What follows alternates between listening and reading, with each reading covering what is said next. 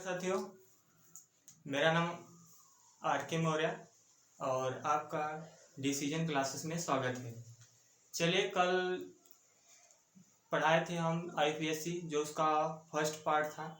आज शुरू करते हैं सेकंड पार्ट। अगर आप लोग फर्स्ट पार्ट न देखे हो तो पहले उसको देख लेंगे, तब सेकंड पार्ट देखेंगे तो आपको ज़्यादा समझ में आएगा। तो चलिए शुरू करते हैं। सेकंड पार्ट है और ये है आईपीएससी है। आईपीएससी में हम वहाँ पे पहले एल्केन पढ़ा चुके थे। अब इसके एक भाग और है हमारा एल्किल मूलक है, और एल्किल मूलक का जो सामान्य सूत्र होता है CnH2n+1 होता है। अब जो हमारे एल्केन का जो सूत्र बना था, फार्मूला बना था, जिसमें हम methane, ethane, propane, butane, pentane, hexane ये सब बनाए थे।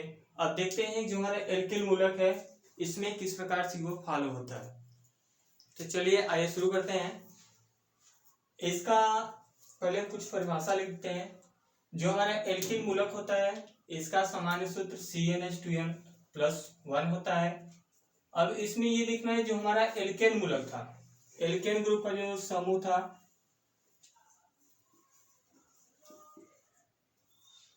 जिसका सूत्र था CnH2n+2। अब इसमें पहला जो हमारा था एल्केन मूलक था, जैसे यहाँ आप लिखे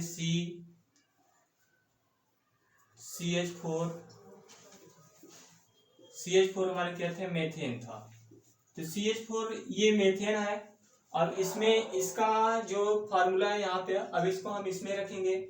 तो देखिए, पहले मैं बताते हैं कि जो हमारा एल्किल मूलक है, एल्किल मूलक सिर्फ सिंगल बॉन्ड जो होते हैं जिसमें एल्केन होता है, यह सिर्फ एल्केन के क्रियात्मक समूह, जो ये इसका क्रियात्मक समूह जो इसका फार्मूला है, इसमें अगर हम ये देखें तो जितने भी हमारे सिंगल कंपाउंड होंगे, सिंगल बॉन्ड से बने एल्केन समूह का हम एल्किल मूलक बना सकते हैं।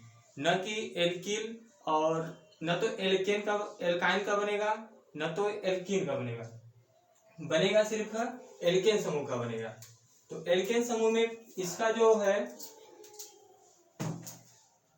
एल्किल मूलक जो है क्रियात्मक समूह, इसमें क्या है कि जब किसी एल्केन के क्रियात्मक समूह में से एक हाइड्रोजन परमाणु विस्थापित कर लें या निकाल लें तो वह किस समूह का हो जाएगा, तो वह हमारा एल्किल मूलक या एल्किल क्रियात्मक समूह का हो जाएगा। तो इसका थोड़ा हम परिभाषा लिख दे रहे हैं यहाँ पे। जब एल्केन के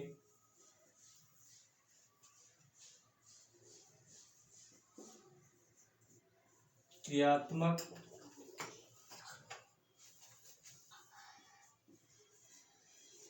समूह में से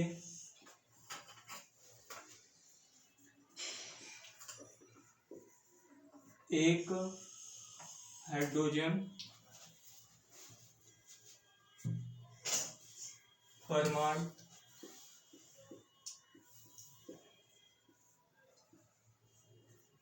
विस्थापित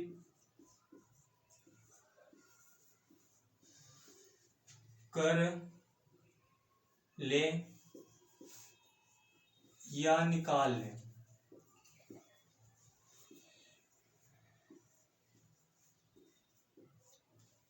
तो वह हो जाएगा किस समूह का हो जाएगा, एल्किल मूलक का हो जाएगा।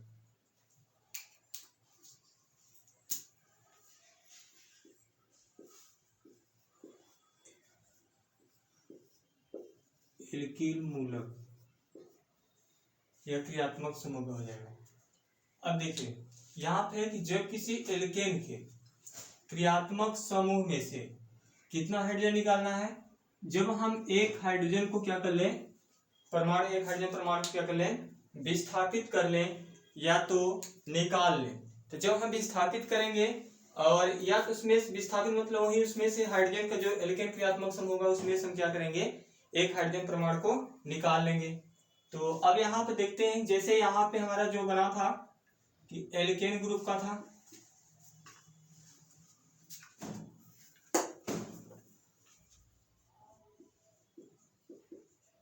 एल्केन देख लेते हैं, तो ये आपका हो जाएगा एल्किल। जिसका सूत्र होता है CnH2n + 1। अब देखिए एल्केन में अगर हम देखें तो जो हमारा पहला बना था क्या बना था, मेथेन। तो मेथेन का क्या था, CH4 था, ये हमारा था मेथेन। दूसरा था C2H6, 2 है तो ये था एथेन। अब यहाँ पे N की वैल्यू कितना आ जाएगा, 5। तो ये हो जाएगा आपका C5H2 × 5 + 1। तो इसमें से भी एक हाइड्रोजन विस्थापित हो जाएगा।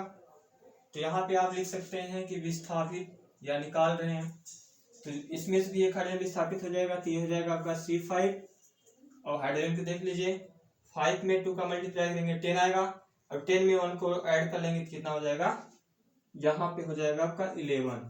तो ये हो जाएगा पेंटेल।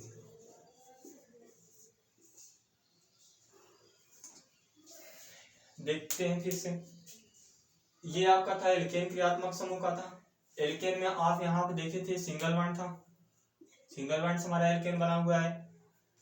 देखिए अगर आप पहला पार्ट नहीं देखेंगे तो नहीं समझ में आएगा, तो अगर आप पहला पार्ट देख लेंगे, इसके पहले ये सेकेंड पार्ट है, तो इसमें पहला पार्ट देख लेंगे तो आपको अच्छे समझ में आ जाएगा। ये सेकेंड पार्ट है, उसके आगे पढ़ा रहे हैं।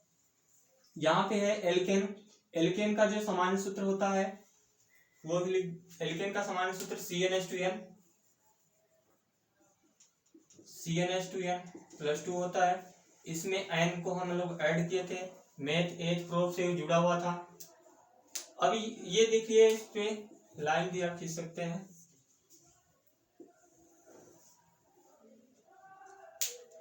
तो मेथेन है, मेथेन में जब मेथेन मतलब कि जो कार्बन की वैलेंसी कितनी होगी, 1 होगी। अब जब एल्केन मूलक में n की वैल्यू 1 रखेंगे तो आपको मिल जाएगा क्या, CH3 मिलेगा। और जब CH3 मिलेगा तो इसमें से एक हाइड्रोजन निकल गया है, तब यह आपका एल्केन ग्रुप का नहीं रहा। अब एक ही समूह का हो गया, एल्किल ग्रुप का हो गया। अब एल्किल में हमें जोड़ना क्या है, इल जोड़ना है। तो यहाँ पर क्या हो जाएगा, मेथिल हो जाएगा।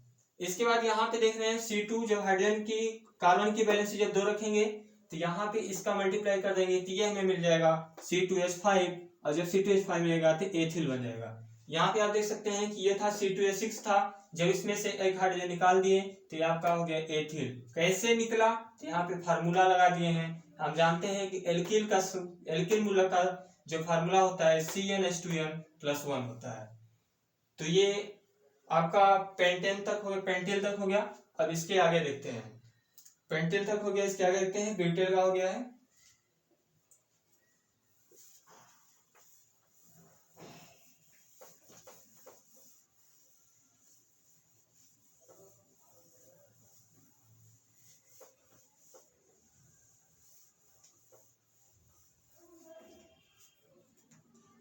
अब इसमें रखेंगे C6H14, और ये आपका था हेक्सेन।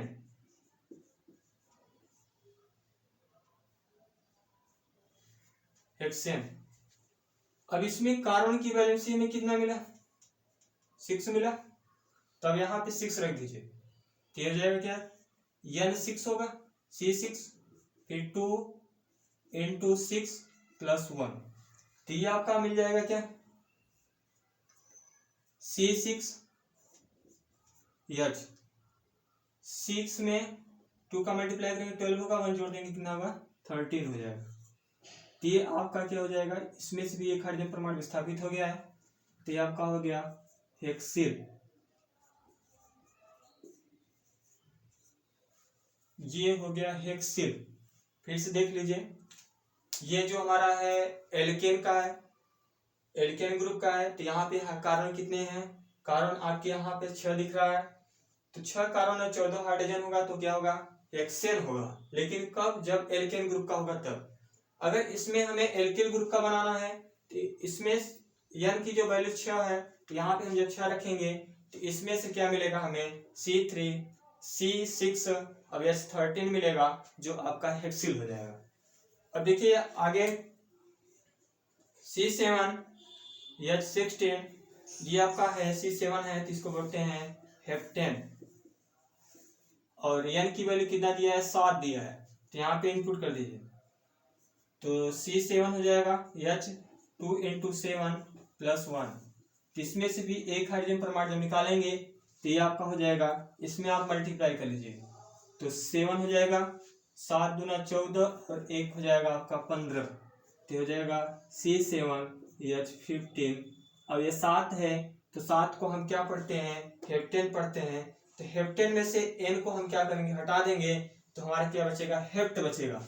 और इसमें जैसे देख लीजिए कि जब हम हेप्ट में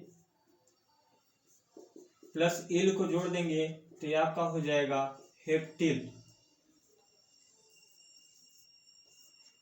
हेप्टिल हो जाएगा। तो इसको हम डायरेक्ट यहां पे लिख दे रहे हैं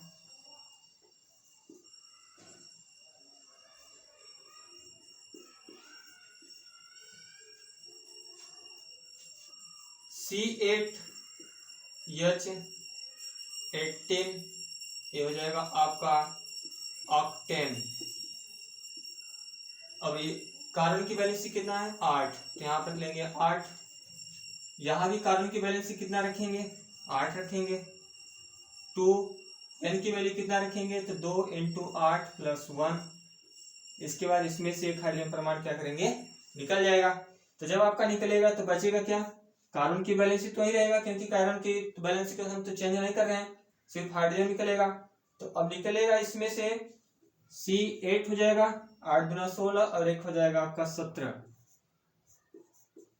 तो ये आपका हो जाएगा, यहाँ पे था आपका ऑक्टेन था, अब ऑक्टेन से क्या बन जाएगा, ऑक्टिल बन जाएगा।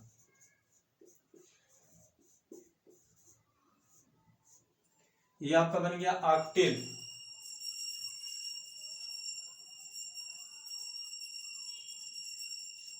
अगला हमारा है C9H20 और ये है आपका नॉन-N। N की वैल्यू जो हम रखेंगे 9, तो यहां पे आपका मिलेगा C9H2 इंटू 9 प्लस 1। इसके बाद H, इसमें साइड जो निकल जाएगा तो हो जाएगा आपका C9 और 9 दूना 18, एक क्या हो जाएगा 19। तो ये आपका हो जाएगा C9 और H19, ये आपका हो जाएगा नॉन-इल। इसमें सिर्फ इल जोड़ना है। जहां पे जैसे नॉन-N था तो नॉन-N में हम क्या किए हैं, इल को जोड़ दिए। तो अब जब नॉन-N में से N को हटाकर इल जोड़ेंगे तो नॉन हो जाएगा, और नॉन में जब हम इल जोड़ देंगे क्या हो जाएगा, नॉन-इल हो जाएगा। अब इसका लास्ट है C10H22, ये आपका है डेकेन। N की वैल्यू कितना रखेंगे, 10। जब यहाँ पे हम N की वैल्यू 10 रखेंगे तो ये आपका क्या बन जाएगा, C10H2 इंटू 10 प्लस 1।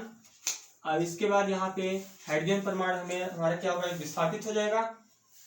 तो यहाँ इससे जब विस्थापित होगा तो ये हो जाएगा C10 और इसमें मल्टीप्लाई कर लीजिए, 10 में 2 का मल्टीप्लाई करेंगे क्या हो जाएगा 20 और 1 जोड़ देंगे 21 हो जाएगा। तो यहाँ पर हो जाएगा 21, ये आपका हो जाएगा डेथिल। तो ये आपका रहा फॉर्मूला जो हमारा एल्केन समूह का था, एल्केन ग्रुप का था। एल्केन को हम एल्किल में परिवर्तित कर दिए हैं। जो यहाँ पे आपको 10 ग्रुप मिला है, methane, ethane, heptane, octane, hexane, heptane, octane, nonane, decane. इसमें आप देखिए जब एल्किल मूलक में जोड़ दिए हैं तो ये आपका यहाँ पे बन गया है हेक्सेन, और हेप्टेन एल्केन में है तो जब एक एल्किल में आएगा तो आपका एप्टिल बन जाएगा, और यहाँ पे ऑक्टिल बन गया, ये नॉन-N बन गया, और यहाँ पे लास्ट में क्या बन गया, डेकेन। चलिए ये रहा इसका फार्मूला। अब हम लोग क्या करते हैं, इसका एक एक एग्जाम्पल से समझते हैं कि ये जो हमारे फार्मूला है किस प्रकार से ये फार्मूला इस पर काम करता है। और इसके बाद आइए देखते हैं इसका एक एक एग्जाम्पल। पहले छोटे लेवल के एग्जाम्पल देखते हैं, फिर इसके बाद आगे देखते हैं।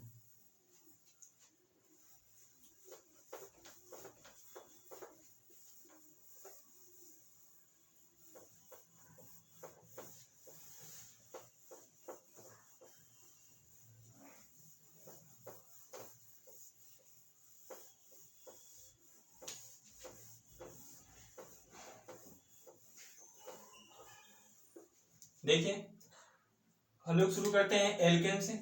क्योंकि अभी एल्केन का ही पार्ट पढ़ रहे हैं। तो एल्केन से शुरू करते हैं। एल्केन का जो सामान्य सूत्र होता है CnH2n +2 होता है। अब देखिए एल्केन में हमारा क्या होता है, सिंगल बॉन्ड होता है।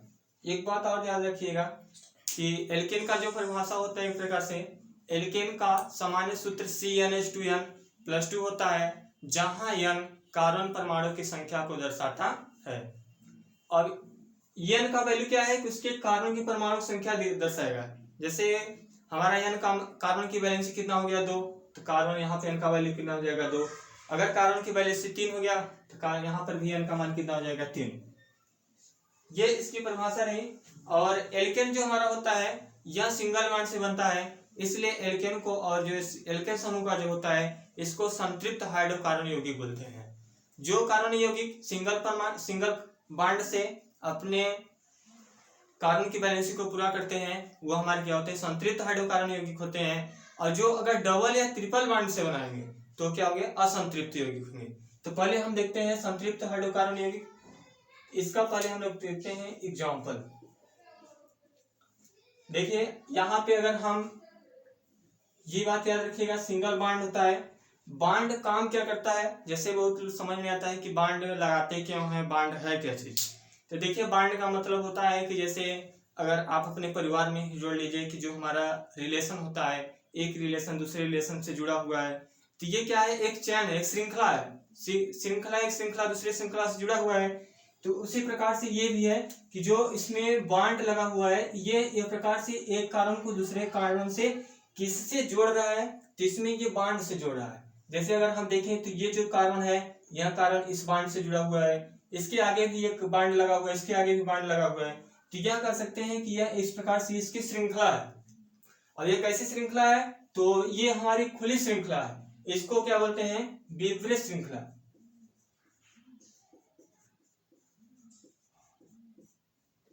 विपरीत श्रृंखला या बोल सकते हैं इसको खुली श्रृंखला। तो यह आपका खुली श्रृंखला है कि जिस कार्बन परमाणु में कार्बनों की संख्या सिंगल बॉन्ड से खुली हो, एक सिर्फ सिंगल बॉन्ड से जुड़ा हुआ है। तो इसमें आप देख सकते हैं कि एक कार्बन दूसरे कार्बन से जुड़ा हुआ है, सिर्फ सिंगल बॉन्ड से जुड़ा हुआ है। तो इसमें हम कार्बन के सिंगल बॉन्ड से कई सिंगल बॉन्ड से कार्बन को जोड़ सकते हैं।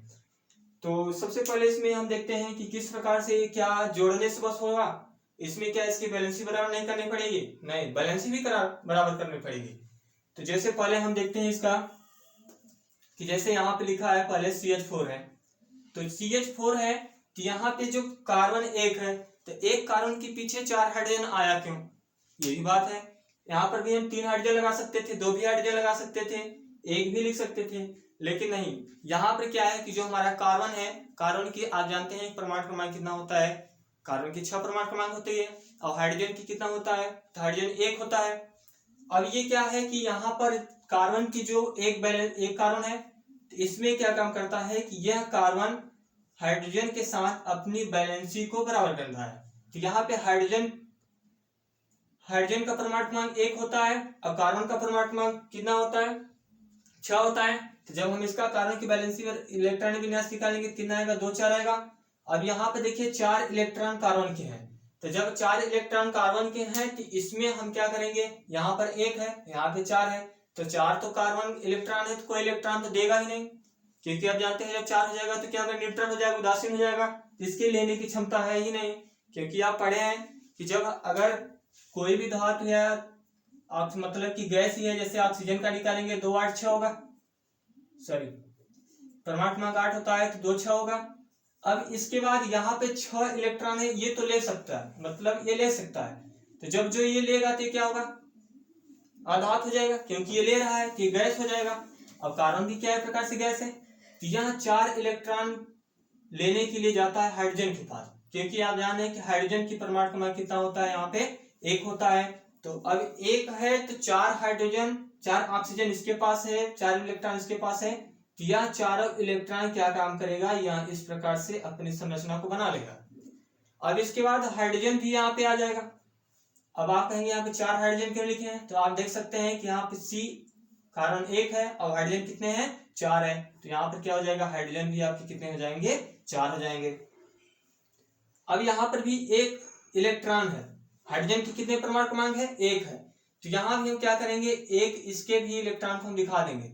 यहाँ पे ध्यान में रखिएगा कि जो हमारे इलेक्ट्रॉन का जो चिन्ह है अलग होना चाहिए, जिससे ये पता चले कि हाइड्रोजन का कौन सा इलेक्ट्रॉन है और कार्बन का कौन सा है।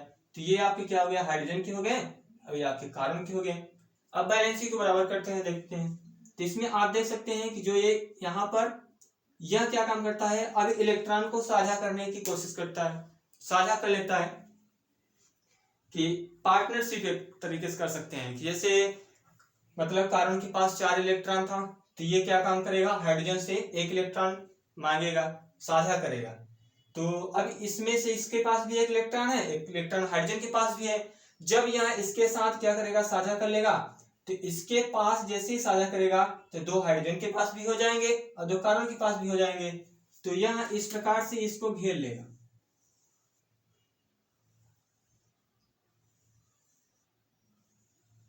ये हो गया।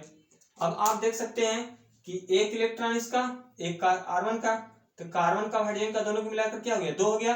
और आप जानते हैं कि जब किसी भी तत्व के वायु कोश में इलेक्ट्रॉनों की संख्या अगर वायु कोश में नहीं, पहले प्रारंभ में शुरू में ही अगर 2 होता है तो उसको मानते हैं क्या, पूरे भरा हुआ है। आप जानते हैं कि अगर 2 8 है तो उसके वायु कोश में पूरे इलेक्ट्रॉनों की संख्या कितनी होती है, 8 होती है। और स्टार्टिंग पॉइंट में कितना होता है, 2 होता है, क्योंकि 2 को पूर्ण से माना जाता है, भरा है।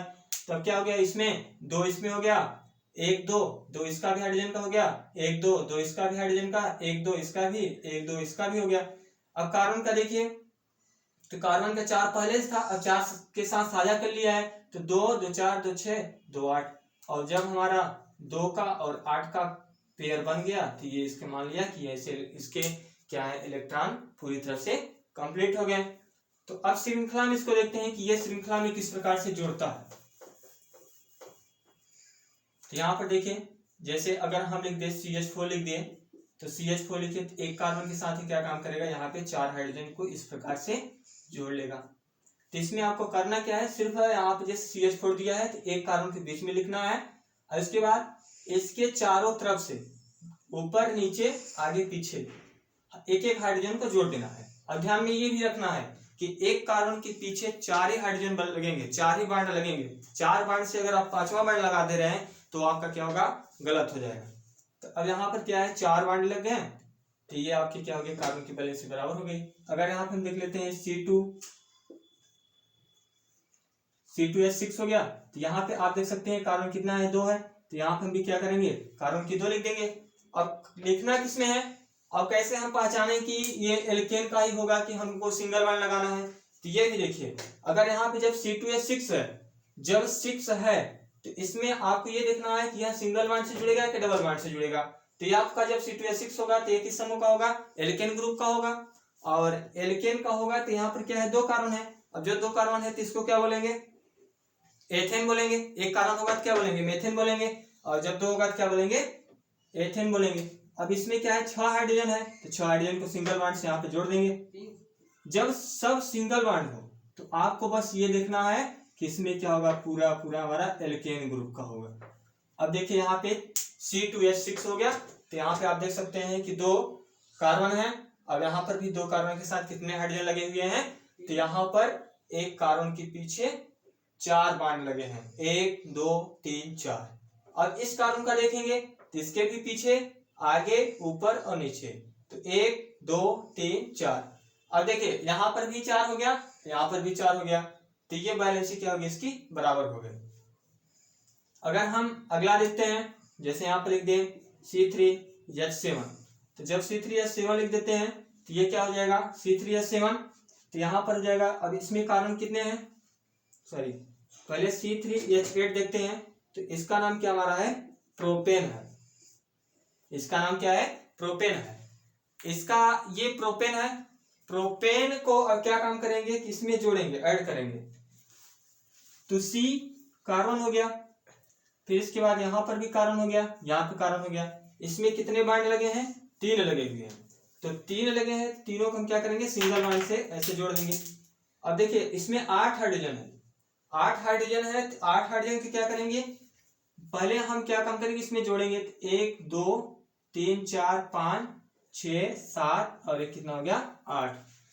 बॉन्ड लगाने के बाद अब क्या काम करें, इसमें हाइड्रोजन को भी जोड़ देंगे, जो जो जिसका हाइड्रोजन है इसको हम ऐसे इसमें जोड़ देंगे। तो ये आपका भी बन गया। तो आप देख सकते हैं C3H8 क्यों लिखा गया है, क्योंकि इसमें क्या आएगा, 3 कार्बन होंगे तो हाइड्रोजन कितना होगा, 8 होगा, तब जाके इस कार्बन की वैलेंसी क्या होगी, पूरी तरह से बराबर हो जाएगी। तो ये था इसका एग्जाम्पल। थोड़ा अभी संरचना बनाया है, संरचना बना के बताए हैं कि ये किस प्रकार से संरचना को बनाता है। अब इसके बाद फिर इसमें देखते हैं कि अगला क्या होगा, इसका एग्जाम्पल। चलिए अब इसका भी कुछ संरचना देख लेते हैं। देखिए अगर संरचना बनाने आपको आ गया तो ये समझ लीजिए कि आईपीएसी नामकरण करने में कोई आपको दिक्कत नहीं होगी, क्योंकि इस बाद में क्या होता है कि जब संरचना नहीं बनाने आता है तो ये समझ नहीं आता कि यहाँ पर कैसे C5H12 हो गया, C4H10 कैसे हो गया, C6H14 कैसे हो गया। तो इसमें पहले ये देख लेते हैं, संरचना अच्छे से समझ लेते हैं कि संरचना इसकी बनती कैसी है, कैसे सिंगल बॉन्ड से बन रहा है, कैसे डबल बॉन्ड से बन रहा है। तो अभी हम लोग पढ़ रहे हैं सिंगल बॉन्ड पढ़ रहे हैं, तो सिंगल बॉन्ड को पहले हम लोग अच्छे से पढ़ लेंगे, पूरा इसका एग्जाम्पल देख लेंगे, तब इसके बाद डबल बॉन्ड में आएंगे, तब एल्किल में आएंगे। तो अब इसकी भी संरचना बनाते हैं।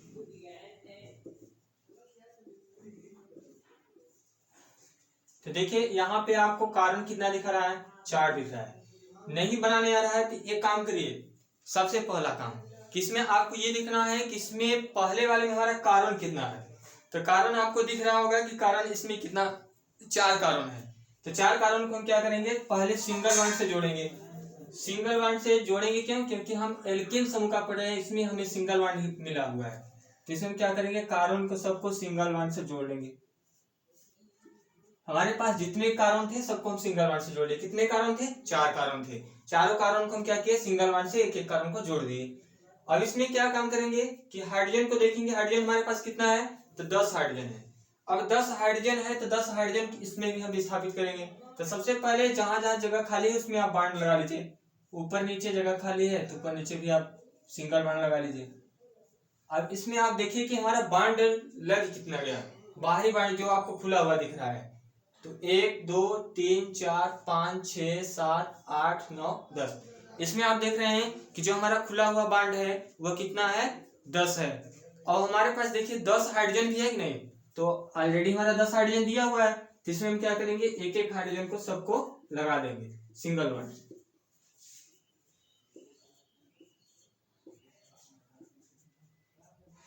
सिंगल बॉन्ड हाइड्रोजन को लगा दिए। तो ये रही हमारी संरचना। अब इसमें आप देख सकते हैं कि ये जो कार्बन है 4 बॉन्ड से जुड़ा हुआ है, 1 2 3 4। ये भी कार्बन को आप देखेंगे 1 2 3 4। अब देखेंगे कैसे, तो ये भी देखिए, देखने का बस इसमें क्या करना है कि जो जिस कार्बन को आप देखना है बस उसके ऊपर नीचे और इसके बाद आगे पीछे देखना है। मतलब ऊपर ऊपर नीचे आगे पीछे, बस 4 इसके दिशाएं देखनी है। तो अब इस कार्बन को हमें देखना है कि इस कार्बन में कितने बॉन्ड हैं। तो इस कार्बन के पीछे आ जाइए, तो इसके बाद इसके आगे देखिए सिंगल बॉन्ड लगा हुआ है, इसके पीछे देखना है सिंगल बॉन्ड है, इसके ऊपर भी क्या है आपका सिंगल बॉन्ड है, नीचे भी सिंगल बॉन्ड है। तो इस कार्बन के पास कितने बॉन्ड है, 4 बॉन्ड है। अब ये भी देखेंगे तो इसके भी 4 बॉन्ड है। अब देखिए इसमें ये भी बोल सकते हैं कि सर जो ये बॉन्ड है इसका बॉन्ड इसमें क्यों आप जोड़ रहे हैं। तो देखिए ये क्या है कि श्रृंखला है। अब आप ये भी जानते हैं कि जब श्रृंखला जुड़ती है तो एक श्रृंखला दूसरी श्रृंखला से जुड़ती है। अगर यहाँ पर भी हम एक श्रृंखला अगर हम यहाँ पर भी बीच में ऐसे लगा देंगे, श्रृंखला इसको ऐसे लगा देंगे, तो ये तब श्रृंखला नहीं बनी। श्रृंखला का चेन क्या हो गया, टूट गया। कैसे टूट गया, क्योंकि बीच में तो कोई कारण है ही नहीं, यहाँ पर से तो टूट गया है। तो इसलिए यहाँ पर भी इसकी श्रृंखला, ये कारण इस कारण को एक बॉन्ड से जुड़ा हुआ है, तो ये इसका बन गया। अब देख लेते हैं C5H12 का। तो इसमें आपको देखना है कितने कार्बन है आपके, 5 कार्बन है। तो 1 2 3 4 5 कार्बन हो गए। पांचों कार्बन को हम क्या करेंगे, सिंगल बॉन्ड से जोड़ देंगे। तो एक बॉन्ड ऊपर नीचे ऊपर नीचे ऊपर नीचे ऊपर नीचे ऊपर नीचे। इसमें आपको दिख रहा है कि हम सब कार्बन को क्या किए हैं, सिंगल बॉन्ड से जोड़ दिए हैं। अब इसमें आपको ये देखना है कि हाइड्रोजन हमारे पास कितना है। तो हाइड्रोजन आप देख रहे हैं कि इसमें कितने हाइड्रोजन है, 5 हाइड्रोजन है, सॉरी 12 हाइड्रोजन है। अब 12 हाइड्रोजन क्या करेंगे, इसमें सबको जोड़ेंगे। तो 1 2 3 4 5 6 7 8 9 10 11 12 ये आपके रह गए 12 हाइड्रोजन हो गए। ठीक है, आपका संरचना बन गया। अब अगला संरचना देखते हैं, इसको भी मिटा के आगे ऊपर लिख देते हैं, दिखिएगा नहीं नीचे।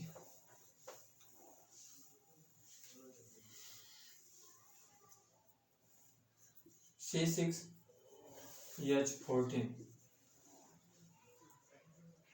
अभी आपको हम ये बताएंगे, मान लेते हैं कि जैसे आप एल्केन ग्रुप के कुछ फार्मूले भूल जाते हैं तो कैसे हमें याद रहे कि फार्मूला बीच में न भूलें, तो उसके भी आपको हम एक ट्रिक बता रहे हैं अभी।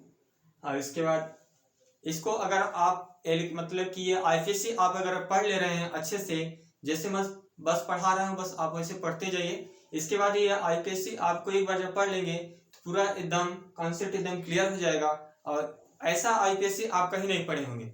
तो अब यहाँ पे देखिए 0 लेवल से पढ़ा रहे हैं, 6 कार्बन है तो 6 कार्बन को हम क्या करेंगे, सिंगल बॉन्ड से ऐसे जोड़ देंगे। 1 2 3 4 5 6 कार्बन को जोड़ के अब इसमें भी हम क्या करेंगे, सिंगल बॉन्ड को जोड़ देंगे ऐसे, इस प्रकार से। कितने हाइड्रोजन है आपको, 14 हाइड्रोजन है, तो यहाँ पर भी हम क्या करेंगे, एक एक हाइड्रोजन को जोड़ देंगे। न तो अधिक लगाना है हाइड्रोजन, न तो कम लगाना है, जितना हाइड्रोजन दिया है बस उतने हमें काम करना है इसके अंदर। तो 2 हो गया, 3 4 5 6 7 8 9 10 11 12 13 14, ये आपके रहे 14 हाइड्रोजन। और इसमें 6 कार्बन में 14 हाइड्रोजन है, आप यहाँ भी देख सकते हैं कि सबको सिंगल बॉन्ड से बना है। तो ये रही इसकी संरचना। इससे इस प्रकार से हम और आगे बना सकते हैं, जितना है 10 तक जो दिया है पूरे एल्केन समूह का जो दिया है पूरे की संरचना इस प्रकार से है। और पूरी बैलेंसी आपकी इसी प्रकार से है। आप इसमें ये भी देख सकते हैं कि कहीं भी बैलेंसी में, कार्बन की बैलेंसी में कोई हाइड्रोजन की कमी नहीं है। अब इसमें अब देखते हैं इसका एग्जाम्पल। तो ये था संरचना। अब इसका एग्जाम्पल देखते हैं कि ये एग्जाम्पल किस प्रकार से पूछता है।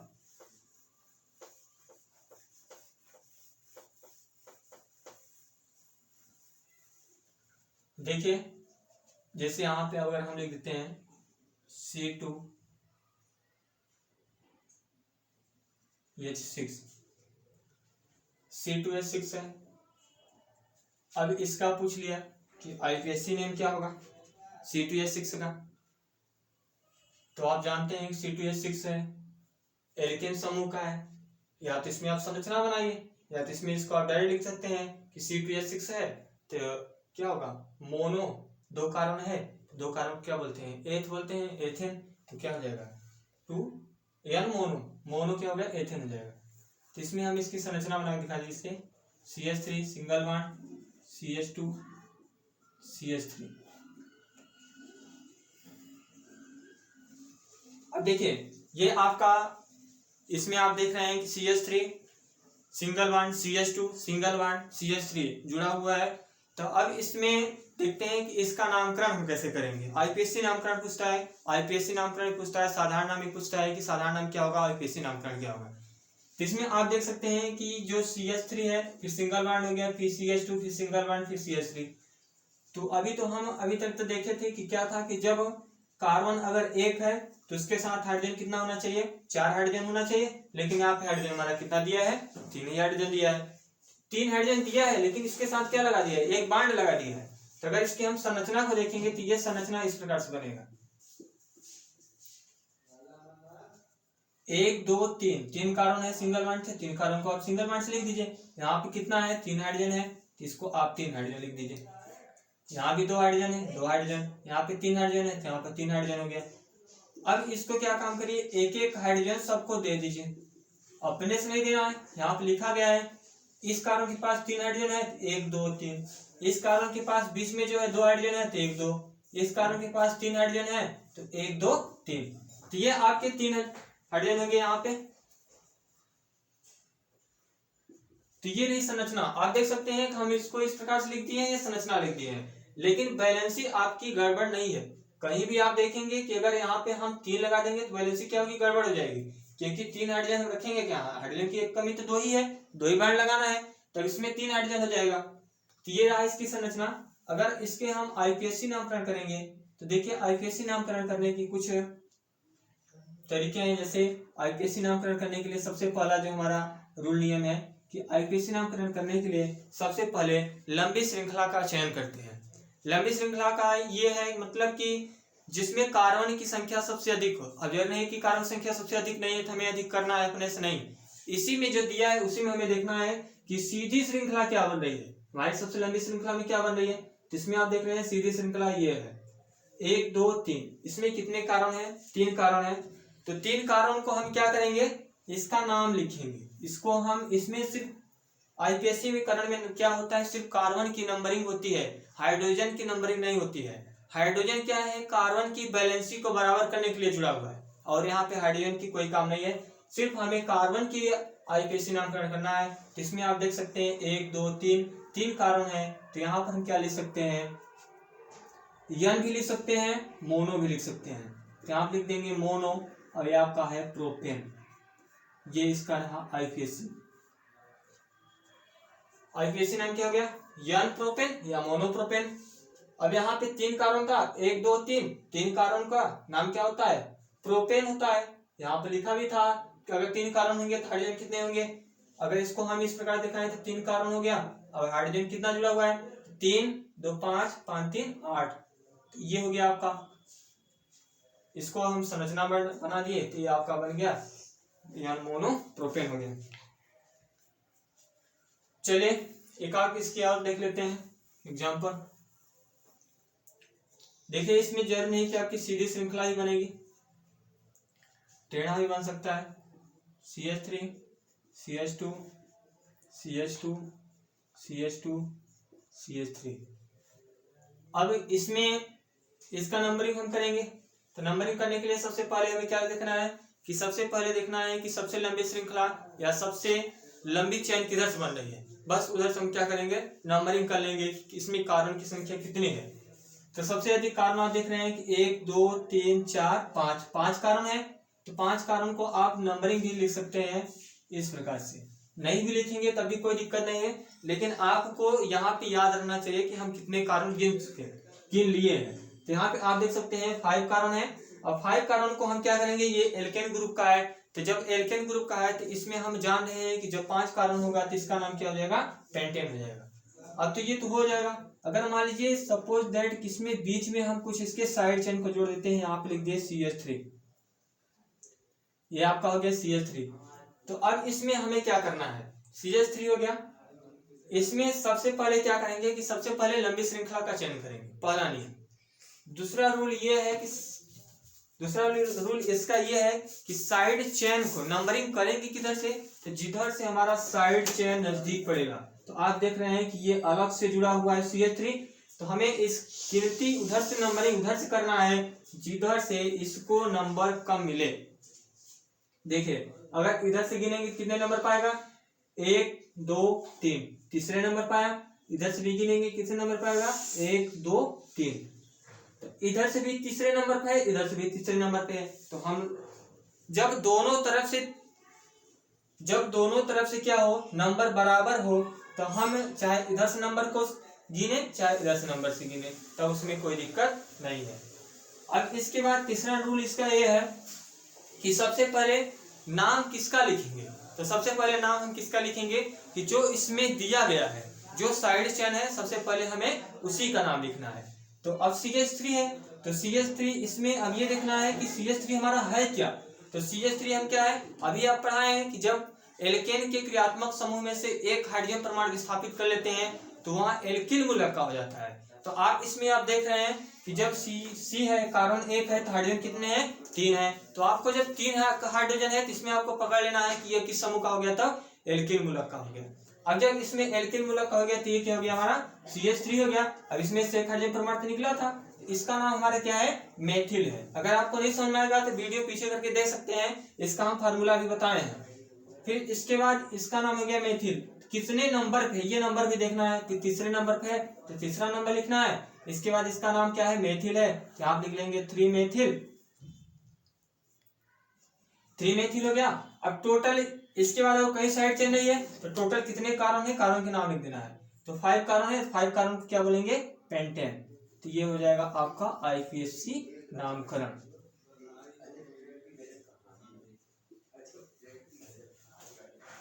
आईपीएससी नामकरण क्या हो गया इसका, तीसरे नंबर पर मेथिल था तो 3-मेथिल हो गया।